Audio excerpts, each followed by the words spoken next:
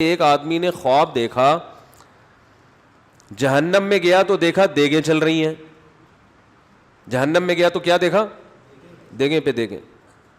حیران ہو گیا, یار جنت میں گیا تو دال چاول کھا رہے ہیں لوگ بیٹھ کے. تو اس نے فرشتوں سے پوچھا یہ کیا مواجرہ ہے, ادھر دیگیں اور ادھر دال چاول. تو فرشتوں نے کہا 4 آدمیوں کے لیے دیگ پکائیں کیا؟ جنت میں گئے ٹوٹل ایک انجینئر ہے, ایک توصیف الرحمان ہے, غامدی صاحب ہیں, اور ایک آدھ اور اس ٹائپ کے کوئی ہوں گے. کیونکہ ان چاروں کی تقریریں سننے کے بعد ایسا لگتا ہے کہ دنیا میں ان کے علاوہ سب کیا ہیں, بے وقوف تھے. اسلام تو سمجھا ان لوگوں نے. تو فرشتوں نے کہا ٹوٹل کتنے آدمی جنت میں آئے ہیں؟ 3 تو مجھے یاد ہے, چوتھا بھی کوئی شاید دماغ پہ دباؤ ڈالوں گا, یا ابھی آ جائے گا اگلا ورژن تھوڑے دنوں میں. 4 آدمی ٹوٹل کہاں ہیں؟ جنت میں. کیا دیکھ پکے بھائی ان کے لیے, وہ تو جو وعدے اللہ نے کیے تھے. پبلک تو ہو.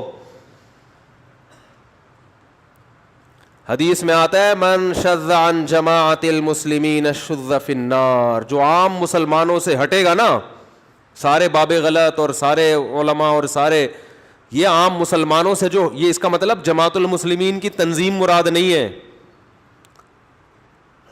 جماعت المسلمین عامت المسلمین سے جو ہٹے گا, الگ روش پہ چلے گا. حدیث کے الفاظ ہیں شذ فی النار. قیامت کے دن جب سب لوگ مسلمان جنت میں جا رہے ہوں گے نا, اللہ ان کو الگ سے ہٹا کے جہنم میں ڈالے گا. اللہ ان کو الگ کرے گا. بولے کہ تم تو ان کو صبح شام برا بھلا کہتے تھے, تم نے تو کسی کو چھوڑا نہیں تھا, تم ان کے ساتھ کس بیس پہ جنت میں جا رہے ہو؟ شذ, وہاں بھی الگ کیا جائے گا. شذ کا مطلب وہاں بھی اللہ الگ کر دیں گے. جب یہاں الگ تھلگ تھے تو وہاں بھی کیا ہوگے؟ الگ تھلگ ہی. اور جماعت المسلمین والوں کی عقل کو آپ داد دیجئے کہ انہوں نے اسی حدیث سے نیا فرقہ بنا لیا. حدیث میں تو آ رہا تھا جو مسلمانوں سے ہٹے گا, الگ فرقہ بنائے گا, یا کوئی الگ بحث چھیڑ دے گا, کوئی الگ ہی روش پہ چلے گا, تو اللہ اس کو وہاں بھی الگ ہی رکھیں گے.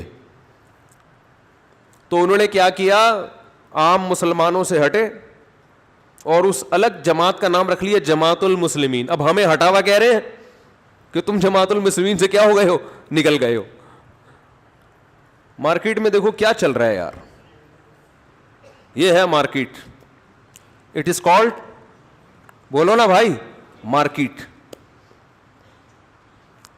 اور یہ والی مارکیٹ مار پیٹ کے بغیر سیدھی نہیں ہو سکتی. گورنمنٹ جب تک ڈنڈا نہیں چلائے گی نا, حکومت, پہلے جب اسلامی خلافتیں تھیں تو اس قسم کی چیزیں مارکیٹ میں آتی تھیں.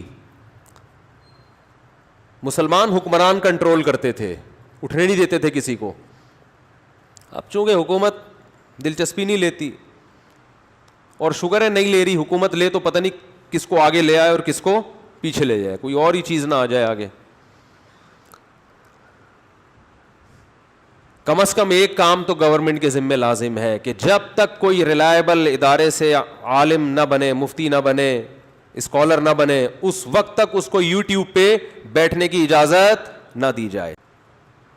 اور علماء کو بھی مختلف حصوں میں ڈیوائڈ کرے کہ آپ مفتی ہیں, آپ مسائل بتا سکتے ہیں, آپ صرف ہسٹری بتا سکتے ہیں, آپ حدیث کے صحیح اور ضعیف کی بحث کر سکتے ہیں.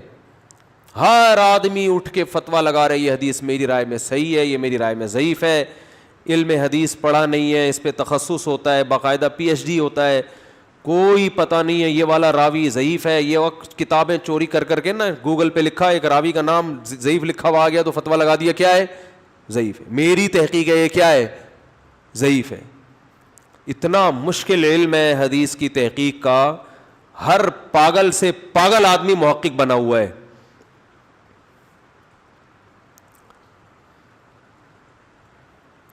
اور یہ جتنی مذہبی آزادی یہاں ہے نا, دوسرے ملکوں میں نہیں ہے. سعودی عرب میں کوئی چینل کھول کے دکھائے اپنا, باقاعدہ پراپر پڑھا ہوا نہ ہو, اور وہ ذرا تحقیقات مارکیٹ میں لا کے دکھائے, فوراً حکومت اریسٹ کرتی ہے. تمہیں کس نے بٹھایا یہاں پہ فتویٰ دینے کے لیے؟ تو 4 آدمی جنت میں, بولو بھائی, جائیں گے. یہ بھی ایک طبقہ ہے جس نے اسلام کا ایک مفہوم پیش کیا.